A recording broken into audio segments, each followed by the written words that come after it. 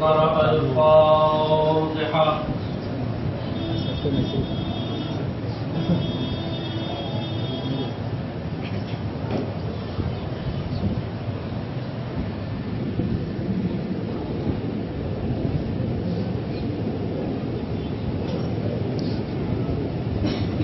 أعوذ بالله من الشيطان الرجيم.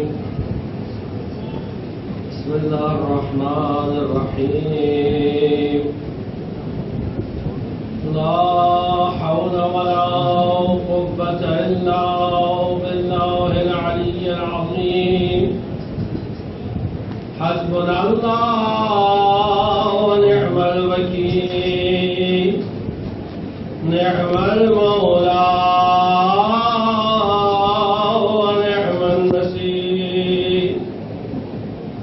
الحمد لله رب العالمين.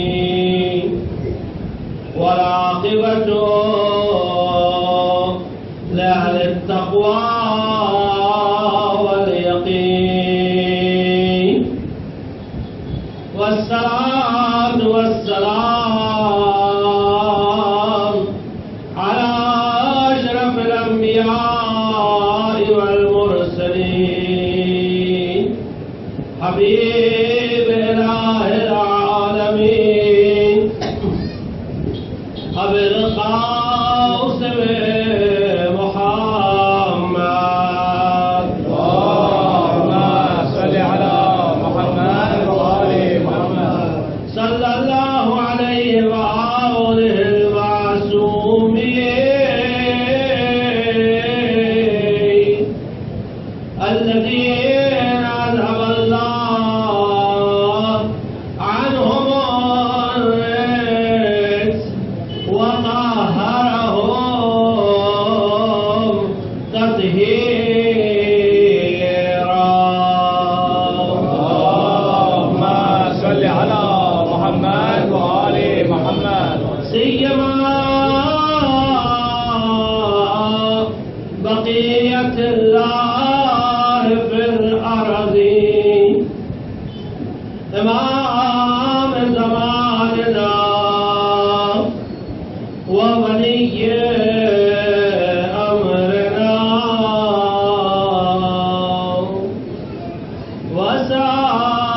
وصاحبنا ومولانا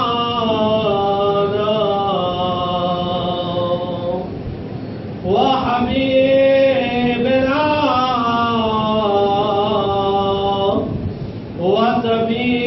وطبيبنا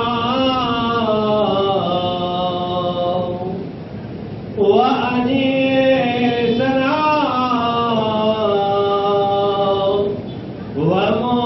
ومونسنا الكهف الحسين وغياث مضطر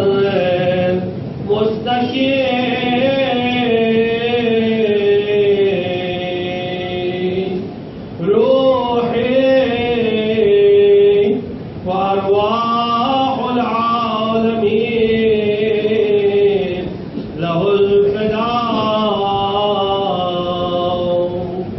أما بعد فقد قال الله تبارك وتعالى في كتابه المجيد وقوله الحق وهو أصدق القائلين. وإذا الموءودة سئلت بأي ذنب قتلت. صدق الله العلي العظيم. صلوات اللهم صل على محمد وآل محمد. صاحب القرآن امام زمانہ علیہ السلام والسلام کی بارگاہ میں سر مل کر پھول سادے بآواز بلند صلوات. اللهم صل على محمد وآل محمد.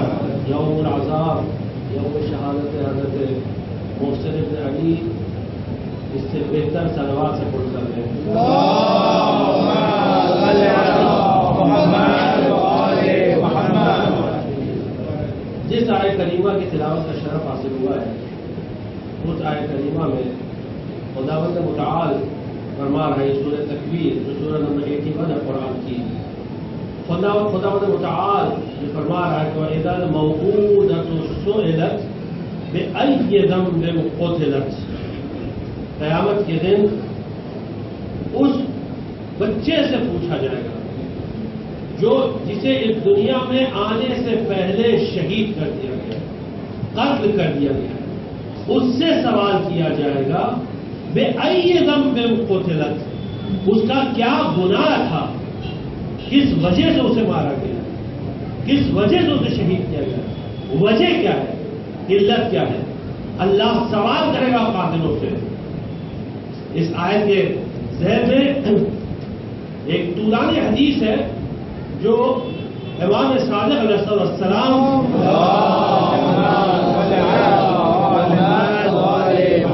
نے جناب مفضل سے بیان کی. فرماتے ہیں یا مفضل, اے مفضل, خدا کی قسم والموعودۃ واللہ محسن, خدا کی قسم یہ بچہ جس کا ذکر اس آیت میں ہو رہا ہے یہ محسن ہے, یہ محسن ابن علی ہے. لأنه منا لا غیر منا, کیونکہ محسن ہم میں سے ہے اور ہمارے علاوہ نہیں ہے. محسن ابن علی ہم میں سے ہے. منا لا غیر, فمن قال غیر هذا فکذبوہ. اگر کوئی اس آیت کی تفسیر اس کے علاوہ کرے, یہ امام صادق صاحب فرمان ہے, اگر کوئی اس آیت کی تفسیر اس کے علاوہ کرے, تعبیر اس کے علاوہ کرے, فَكَذِّبُوهُ, اس کی تکذیب کرو, اسے جھٹلاؤ, اسے کہو تم غلط کہہ رہے ہو, اس آیت کا مطلب محسن ابن علی ہے, اسے بے گناہ شہید کیا گیا تھا. فَكَذِّبُوهُ یا مفضل. مفضل نے سوال کیا کہ مولا اس کے بعد پھر کیا؟ قال مفضل یا مولا ثم ماذا, اس کے بعد کیا؟ قال الصادق علیہ السلام تقوم فاطمہ بنت رسول اللہ. پھر جب اللہ یہ کہے گا تو فاطمہ کھڑی ہوگی قیامت میں. تقوم فاطمہ, فاطمہ کھڑی ہوگی قیامت میں. بنت رسول اللہ صلی اللہ علیہ وآلہ.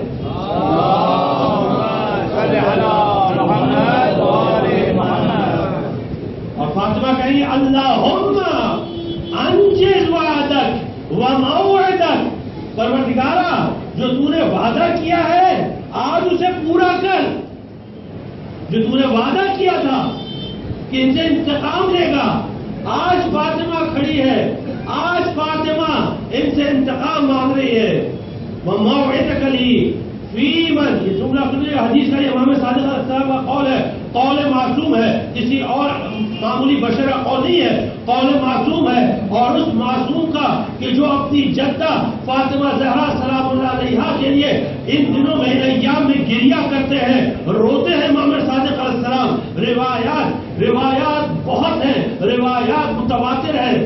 سید مرتضی عاملی رضوان اللہ تعالیٰ علیہ بہت مشہور عالم دین, بلکہ حفظہ اللہ تعالیٰ اللہ کی بات کریں, باحیات ہیں. سید مرتضی عاملی جبل عامل کے بہت بڑے عالم ہیں.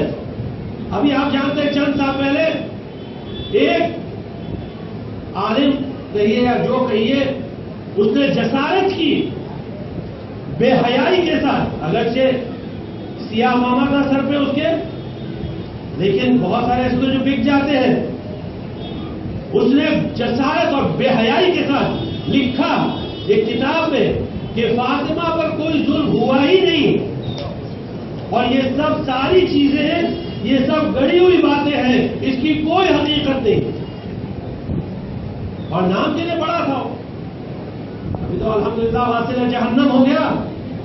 لیکن جیسے ہی اس نے یہ لکھا, فوراً سید مرتضی عاملی حفظہ اللہ تعالی باحیات عالم دین ہے, انہوں نے ایک کتاب لکھی ماسعۃ الزہرا, زہرا کی مصیبت, زہرا کی مصیبت, اور ضخیم کتاب صرف اس واقعے کے، ان ایام کے، یہ ایام العذاب، ایسے یوم العذاب کہتے ہیں عذاب کا دن، یہ قیامت کا دن، یہ وہ دن جو فاطمہ زہرا کے لیے قیامت کا دن تھا۔ اس پر انہوں نے ایک ضخیم کتاب لکھی اور اس کتاب میں فریقین کے حوالے، دونوں فرقے، دونوں سیکس کے پورے ریفرنسز کے ساتھ پورا واقعہ نقل کیا کہ کیا کیا ہوا۔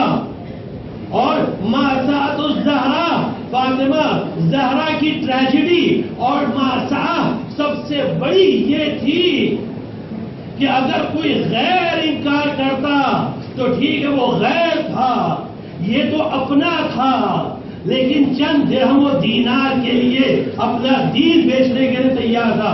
اس لیے سید مرتضیٰ عاملی نے یہ کتاب لکھی مأساۃ الزہرا۔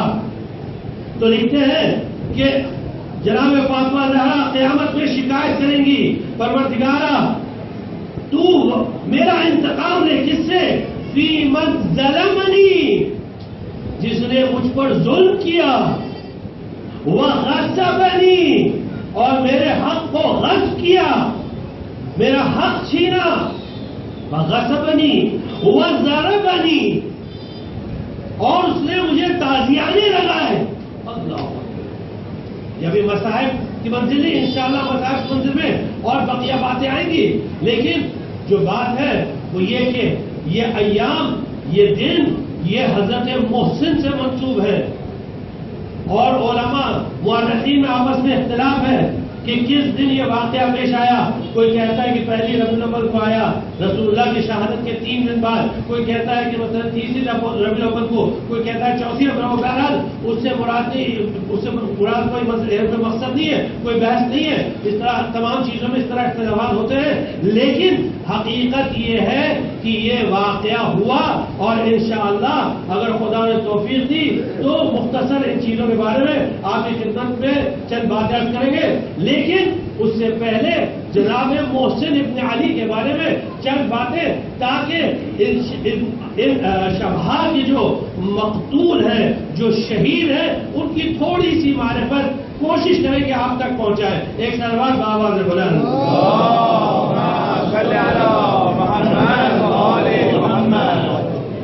نام جناب محسن، حسن، حسین، محسن۔ دیکھیے علماء نے کچھ زیادہ نقل کی ہے، اس کا ایک جملہ ہے السلام علی من اسمہ اسم اللہ، سلام اس پر کہ جس کا نام اللہ کا نام ہے۔ اب نام سے خود سمجھ لیجیے شخصیت، اور نام رکھنے والا کون؟ نام رکھنے والا کون؟ خود امیر المومنین علی بن ابی طالب۔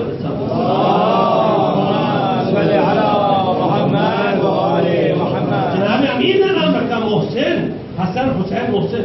اب اس نام کی عظمت اور بزرگی کو اگر سمجھنا ہے تو خالی ایک حدیث آپ کی خدمت میں پیش کرتے ہیں، اس سے بات واضح ہو جائے گی۔ آپ دیکھیے، جب جناب آدم علیہ السلام سے ترک اولا ہوا اور جناب آدم علیہ السلام زمین پر آئے اور پھر جبل الرحمہ میں میدان عرفہ میں وہاں پہنچے اور گریہ کرنے لگے کیونکہ حضرت حوا سے جدا ہو گئے، جناب حوا سے جدا ہو گئے۔ اب وہاں جب گریہ کرنے لگے تو پہلے آواز دے تھے یا حوا یا حوا یا حوا، حوا کی یاد آ رہی تھی، حوا کو پکار رہے تھے، لیکن کوئی حل نہیں نکل رہا تھا۔ ایک مرتبہ آواز دی یا اللہ، جیسی کہا یا اللہ تو جبرائیل آ گئے، کیا ہوا آدم، کیا بات ہے؟ کہا اتنی مصیبت میں اب آ رہے ہو؟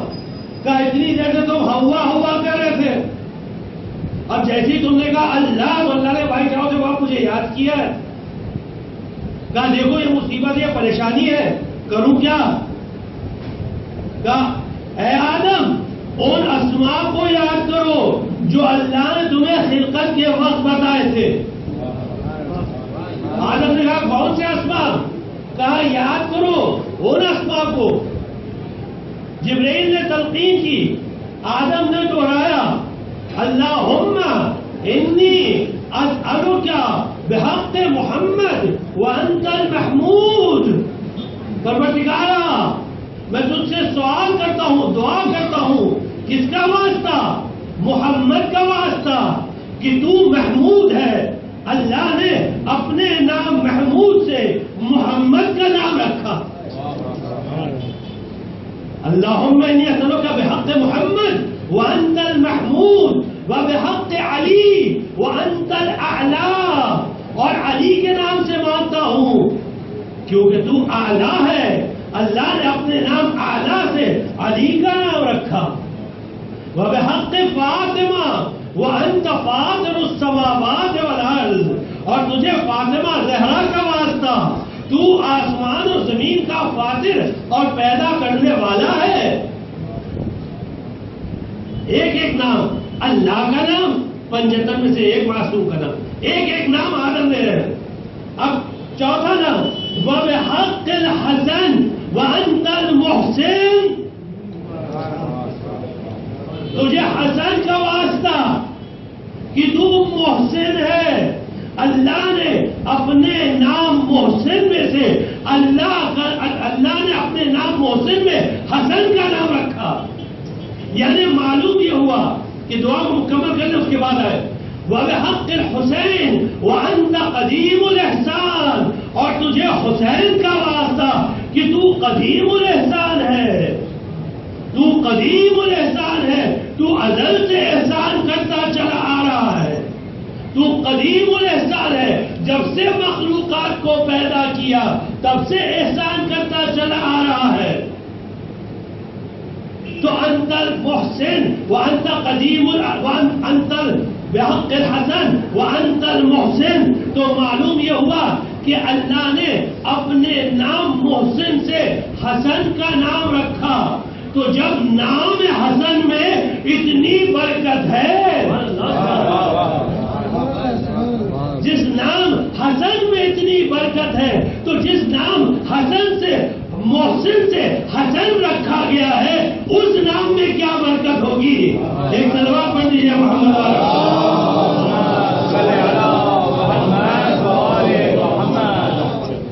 دیکھیے ہمارے عام طور سے یعنی دنیاوی امور میں جب فضائل کا یا فضیلتوں کا ذکر ہوتا ہے تو اس میں عمر کا لحاظ رکھا جاتا ہے۔ عمر کے اعتبار سے عبادتیں کیفیت کے اعتبار سے اور کمیت کے اعتبار سے یعنی کوالٹی کے ساتھ ساتھ کوانٹٹی بھی دیکھی جاتی ہے کہ مثلا اتنی عبادت، اتنے سال، اتنی یہ فضیلت جب بیان کی جاتی ہے، لیکن یہ وہ سب چیزیں وہاں ہوتی ہیں جہاں چیزیں کسبی اور اکتسابی ہوتی ہیں جو انسان کماتا ہے، لیکن جہاں مناقب اور فضائل وہبی اور الہی ہوتے ہیں وہاں عمر کوئی معیار نہیں ہوتا۔ اس پہ غور کریے گا، جہاں مناقب اور فضائل وہبی اور الہی ہوتے ہیں وہاں عمر کوئی معیار نہیں ہے، وہاں عطائے پروردگار معیار ہے۔ اسی لیے قرآن کریم میں 2 نبیوں کا ذکر کیا گیا ہے، ایک حضرت یحییٰ اور ایک حضرت عیسیٰ۔ اچھا یہ دونوں خالازاد بھائی ہیں، یہ دونوں خالازاد بھائی ہیں، حضرت یحییٰ حضرت عیسیٰ۔ حضرت عیسیٰ پہلے حضرت یحییٰ کا ذکر کرتے ہیں۔ حضرت یحییٰ کے بارے میں قرآن کہتا ہے کہ یا یحییٰ خذ الکتاب بقوہ وآتیناہ الحکم صبیا۔ اللہ کہتا ہے ہم نے یحییٰ سے کہا اے یحییٰ خذ الکتاب بقوہ۔ ابھی یحییٰ چھوٹے ہیں، صبیان، سبھی بچہ بالکل چھوٹے، خذ الکتاب بقوہ، لیکن ہم نے کہا اے یحییٰ یہ آسمانی کتابوں کو تم تھام لو اور اچھے سے طاقت سے پوری طرح سے اسے لو، حمل کرو۔ وآتیناہ الحکم صبیا، ہم نے تو یحییٰ کو حکمت اس وقت دی جب یحییٰ بچے تھے، جب یحییٰ چھوٹے تھے۔ سبھی عربی میں کہتے ہیں جو بہت چھوٹا ہوتا ہے، 6 مہینہ، سال بھر یا زیادہ سے زیادہ 2 سال، اس سے زیادہ نہیں، زیادہ سے زیادہ 2 سال سبھی کیا۔ لیکن اللہ کو بات اور پہنچانی تھی، اللہ کو بات اور پہنچانی تھی۔ تو یحییٰ پہ باتیں رکی. اور دیکھیے فضائل کی بات ہے، مناقب کی بات ہے. اب یہاں غور کرتے جائیے گا، یہ قرآن سے دلیل اس لیے آپ کی خدمت میں عرض کر رہے ہیں کیونکہ ان باتوں پہ کسی کو اعتراض نہیں ہوتا کہ اتنی چھوٹی عمر میں نبوت کیسے مل گئی، کتاب کیسے مل گئی، گفتگو کیسے کر رہے تھے. لیکن جب آل محمد علیہ السلام کے بچوں کی بات آتی ہے تو تمام اعتراض ہونے لگتے ہیں. ایک سلوات پڑھ لیجیے محمد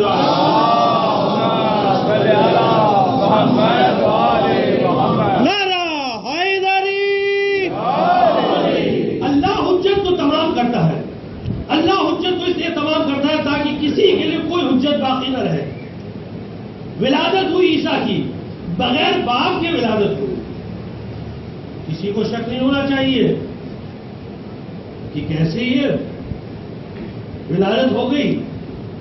لیکن جو اس زمانے کے بڑے بڑے علماء تھے ان کو شک ہوا، سبحان اللہ سبحان اللہ، ان کو شک ہوا اور وہ آئے اور آ کر کہنے لگے کہ اے مریم ماں کانا ابو کے امرا سوئن وما کانت امک بغیہ. یہ قرآن کی آیت ہے. اے مریم یہ تم نے کیا حرکت کر ڈالی، تمہارے باپ تو شریف آدمی تھے اور تمہاری ماں بھی نیک کردار عورت تھی، یہ تمہیں کیسے بچہ ہو گیا. دیکھیں اللہ پہلے سے جانتا تھا کہ جب یہ ہوگا تو ہوگا کیا، کیونکہ اللہ تو بہرحال ہر چیز کا علم رکھتا ہی ہے. اور جب اللہ کسی کو حجت بنا کر بھیجتا ہے تو تمام چیزیں ساتھ میں فراہم کر دیتا ہے تاکہ جو شک کرنے والے ہیں ان کے سامنے کوئی دلیل باقی نہ رہے. ہر زمانے میں ہر حجت کے ساتھ اللہ نے یہ کیا. یہ تو قرآن کی دلیل ہے. تو جناب مریم کو حکم ہوا وحی الہی، تو جناب مریم نے کیا کیا؟ تو اشارت الیہ، اشارہ کیا، اشارت الیہ.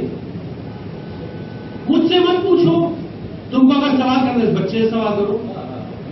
اس پر بھی ان کے پاس علمی دلیل تھی. آپ نے غور نہیں کیا؟ اس پر بھی ان کے پاس علمی دلیل تھی. معلوم یہ ہوا کہ دین کا تعلق عقائد سے زیادہ ہے، دین کا تعلق عقیدے سے زیادہ ہے، تسلیم سے زیادہ ہے. دین کا تعلق تسلیم سے ہے. اگر حجت خدا کی حجیت ثابت ہو گئی تو پھر اس کے سامنے پوری طرح تسلیم کر لینا چاہیے. ان کو اتنا سمجھ لینا چاہیے تھا کہ جب ہم زکریا کو مان رہے ہیں، جب ہم دوسرے انبیاء کو مان رہے ہیں تو یہ مریم جو ان کی اولاد ہے ان میں اس طرح کی چیز کبھی نہیں ملے گی. اب اشارہ کر رہی ہے تو پھر بھی انہوں نے سوال کیا، اور سوال کیا کیف نکلم من کان فی المہد صبیا. ہم اس سے کیسے گفتگو کریں جو ابھی گہوارے میں بچہ ہے، چند دن کا بچہ، چند روز کا بچہ. قرآن کہتا ہے کہ مریم سے ان لوگوں نے یہ کہا کیف نکلم من کان فی المہد صبیا. بس جیسے انہوں نے یہ کہا قالا انی رسول اللہ. عیسیٰ نے گہوارے سے، جھولے سے آواز دی انی رسول اللہ، میں اللہ کا رسول ہوں. آتانی الکتاب، اس نے مجھے کتاب دی ہے، میں کتاب لے کر آیا ہوں، ایسا ویسا نہیں سمجھنا. آتانی الکتاب وجعلنی نبیا، اور مجھے نبی بنا کر بھیجا ہے. تو میری نبوت پر شک نہ کرنا. اب گہوارے میں بچہ عیسیٰ کی نبوت پر کسی مسلمان نے شک نہیں کیا، لیکن جب 5 سال کے امام زمانہ نے نماز پڑھائی تو سب نے شک کیا کہ 5 سال کا بچہ امام کیسے ہو سکتا ہے. ایک کلمہ پڑھ دیا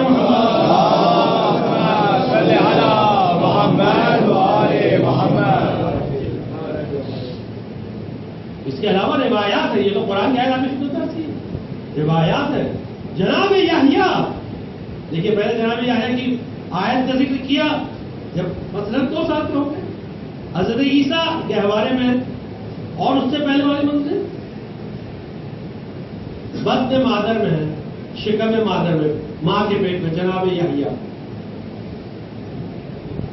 جناب مریم آتی ہے، تشریف لاتی ہے، جناب یحییٰ کی والدہ بیٹھی ہوئی ہے، بہن ہے، اب ان کے لیے کیا مثلا احترام کرنا، چھوٹی بہن ہے، یہ روایت کا جملہ ہے، یہ روایت کا جملہ ہے کہ چھوٹی بہن ہے، تو انہوں نے سوچا چھوٹی بہن کا کیا احترام، چھوٹی بہن کے احترام، لیکن یحییٰ وَهُوَ فِي بَطْنِ أُمِّهِ، وہ اپنی ماں کے پیٹ میں تھے، کہنے لگے اپنی والدہ سے، مادر گرامی احترام کے لیے کھڑی ہو جائیے، کلمت اللہ کی والدہ علی ہے، کلمت اللہ کی والدہ علی ہے۔ تو جناب یحییٰ کی والدہ کھڑی ہو گئی کہ کلمت اللہ کی والدہ علی ہے، اس پر کسی نے شک نہیں کیا، سب نے نقل کیا، لیکن جب ہم فضائل امیر المومنین نقل کرتے ہیں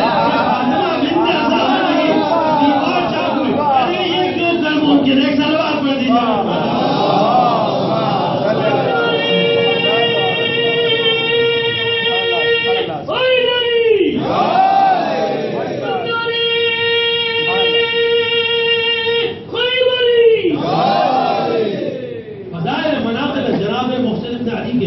روایات میں، کتابوں میں علماء نے کتابیں لکھی ہیں اور واقعات واقعی محنت کی ہے۔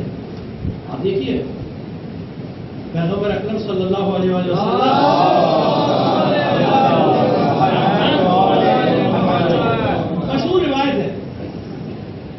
مشہور روایت ہے اور اکثر علماء جو نکاح پڑھتے ہیں وہ نکاح کے خطبے میں پیغمبر کے جملے کو پڑھتے ہیں۔ آپ نے سنا ہوگا، جو لوگ عربی عبارتوں سے واقف ہیں وہ اس کو سمجھیں گے۔ وہ جملہ یہ ہے، ایک سلوات پڑھیے،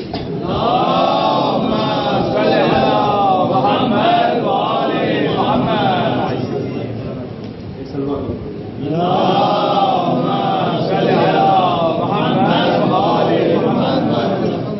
پیغمبر فرماتے ہیں تناسلوا،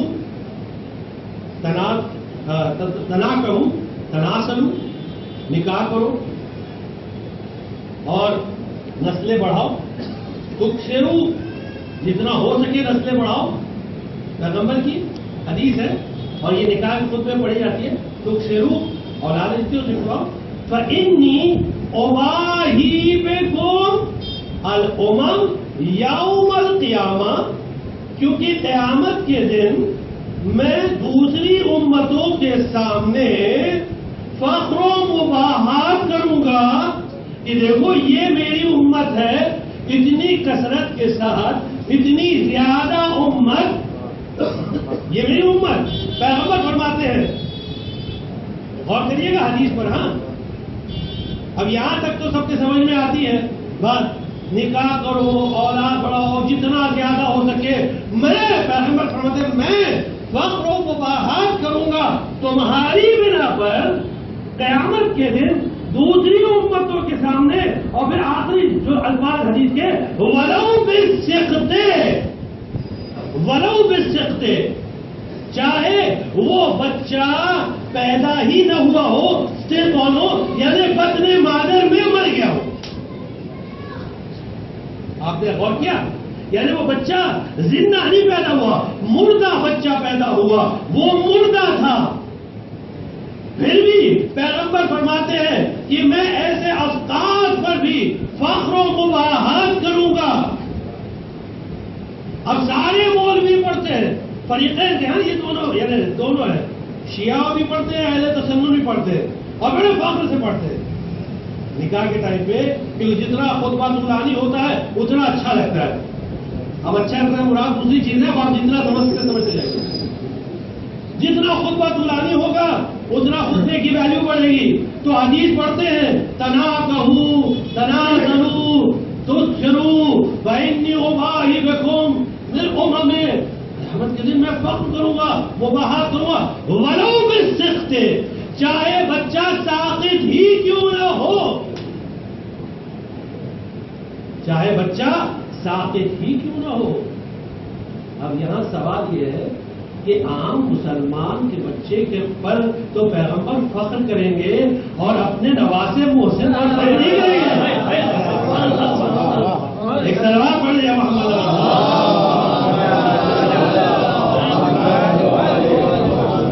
اس کی دلیل، محسن کی فضیلت کی دلیل سن لیجیے، دلیل سن لیجیے.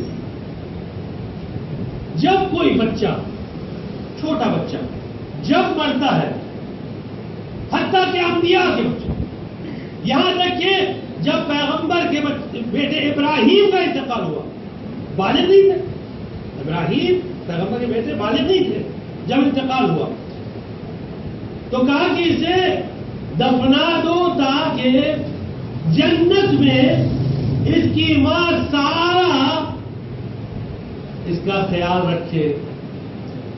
جنت میں حضرت ابراہیم اور جناب سارا ان بچوں کا خیال رکھتے ہیں. آپ نے غور کیا؟ یہ روایت مشہور ہے، حدیثوں میں ہے اور سب لوگ اسے قبول کرتے ہیں، کوئی اس میں ڈسکشن اور ڈسپیوٹ نہیں ہے. جنت میں سب جو بھی بچہ، نابالغ بچہ، تو جناب ابراہیم، جناب سارا، کہیں کہ جناب حاجرہ لکھا ہے کہ جناب سارا، بہرحال اس سے بحث نہیں ہے. جب حضرت محسن شہید ہوئے، مولا نے فرمایا اسے دفنا دو، اب رسول اللہ صلی اللہ علیہ وسلم اس کا خیال رکھیں گے جنت میں.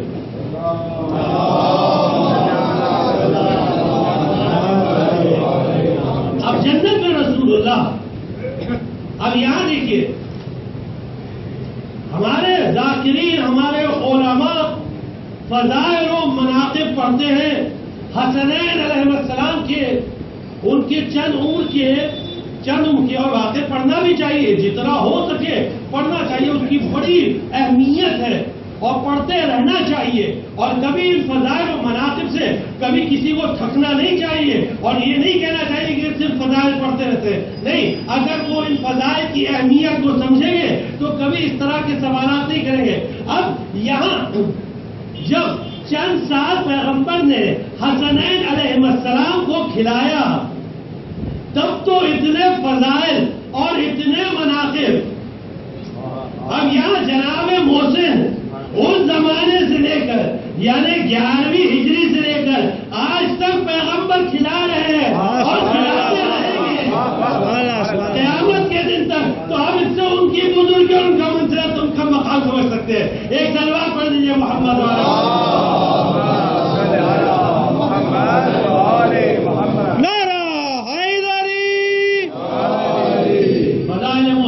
علی، مناقب محسن بن علی. آپ دیکھتے جائیے. وقت کم ہے، بس 2-3 حدیث آپ کی خدمت میں اور پھر مسائل. وہاں بھی یہی ہو رہا ہے، لیکن جیسے ہی آپ جانے کی کوشش کریں گے تو حدیث کا جملہ ہے، بخاری میں جملہ ہے، بخاری کا جملہ ہے کہ کچھ فرشتے ہوں گے جو بڑے بڑے عصا لیے ہوں گے اور ان میں بڑے بڑے کانٹے ہوں گے. وہ اس عصا سے ان کو مارے گے کہ بھاگو جیسے. اصحاب، یعنی فرشتے بھی شیعوں کی طرح اصحاب کا. سبحان اللہ.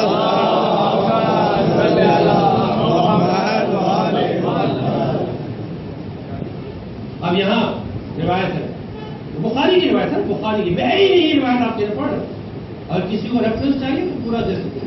پیغمبر فرمائیں گے یا رب اصحابی، پروردگارہ یہ میرے اصحاب ہیں، اصحابی. اور کہیں کہ لوگوں نے نقل کیا کہ خاص اصحاب ہیں.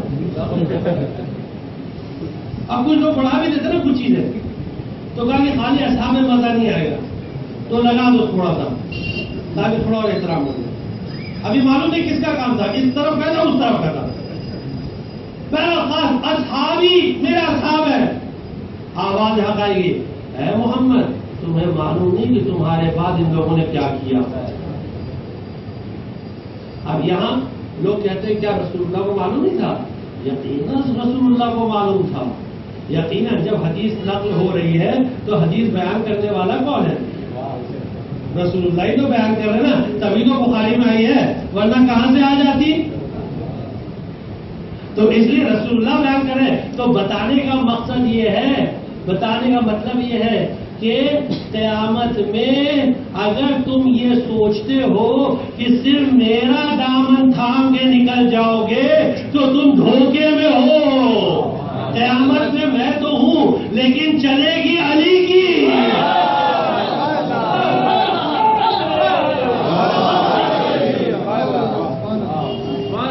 علی قسیم الجنت والنار، علی استقبال کے لیے بیٹھے.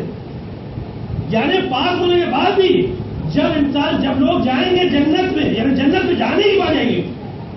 بتائیے اس موضوع کی آخری حدیث، جنت میں جانے کی باری آئے گی تب دستور یہ ہوگا کہ جیسے دنیا کا دستور ہے کہ جنت میں داخل ہونے سے پہلے جنت کی کڑی سے جنت کے دروازے کو کھٹکھٹانا ہوگا.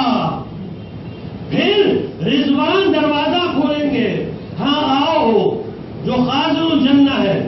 آپ جانتے ہیں جملہ کیا روایت کا کہ جب یہ کڑی سے دستک دی جائے گی دروازے پر، کھٹکھٹایا جائے گا تو دروازہ آواز دے گا یا علی یا علی یا علی.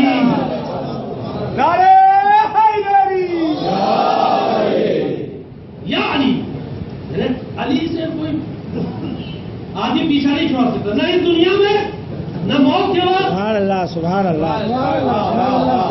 اگر اس دنیا میں منہ پھیرو گے بھی تو وہاں یعنی یہ مجلس اور محفل ایسے کہ پیچھے پڑے رہیں گے. ایک سلوات پڑھ دیجیے.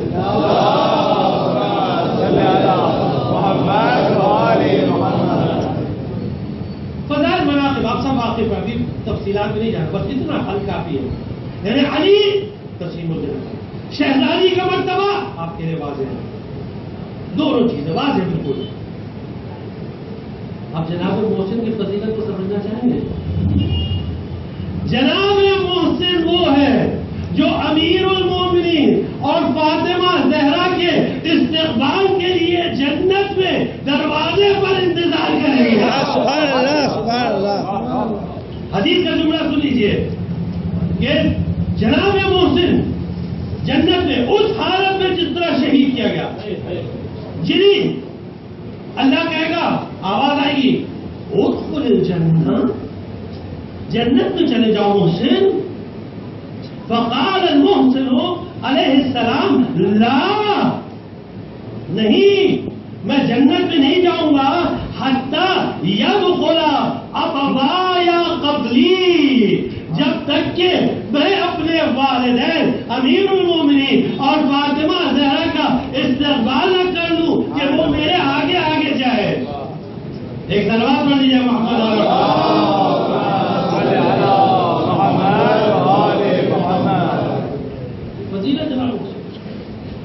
پیغمبر نے فرمایا یا علی، یہ پیغمبری حدیث ہے، یا علی ان لک کنزا فی الجنہ، اے علی تمہارے لیے جنت میں ایک خزانہ ہے.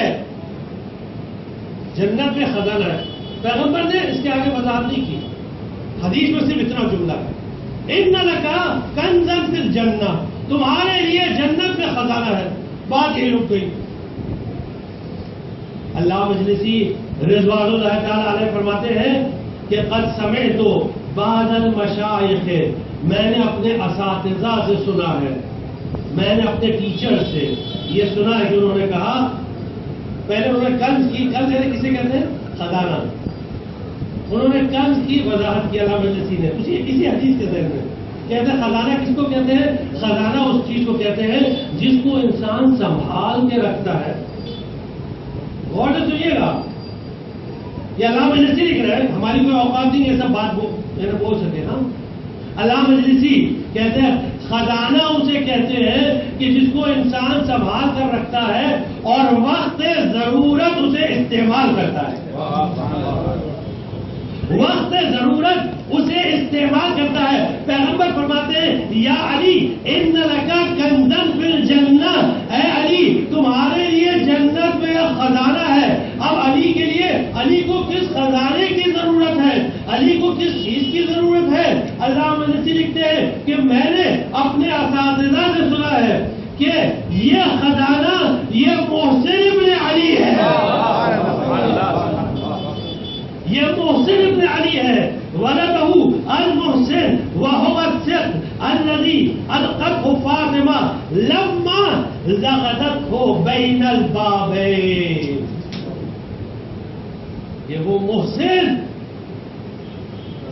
علی کا خزانہ یہ اس وقت شہید ہوا جب فاطمہ کو دبایا گیا، کچلا گیا. عجیب جملے بختر کے، اگر آپ اس خدمت میں بختر کے جملے پڑھے تو ایک دو جملے خالی آپ اس خدمت پڑھتے پھر مسائل کی کچھ چند تفصیلات. دیکھیے جب کسی کا انتقال ہوتا ہے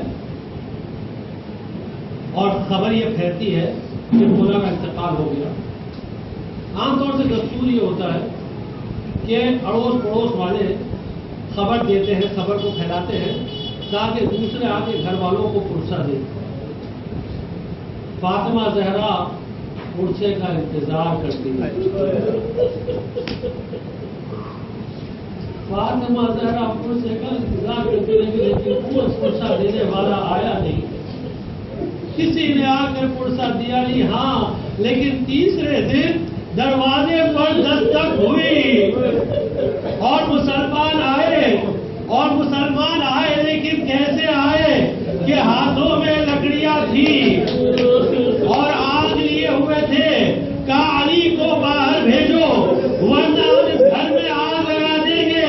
فاطمہ نے کہا اتق اللہ، اللہ سے ڈر ہے رعین، اللہ سے ڈر. تو جانتا اس گھر میں کون ہے؟ اس گھر میں علی ہے، حسن ہے، حسین ہے، فاطمہ ہے. کیا کہنے لگا لعین کہ میں جانتا ہوں اس گھر میں کون ہے، لیکن اگر علی کو باہر نہ نکالا تو ہم گھر میں آگ لگا دیں گے، ہم گھر میں آگ لگا دیں گے. میں کے جو بھی اس گھر میں ہے سب کو جلا کر راکھ کر دیں گے.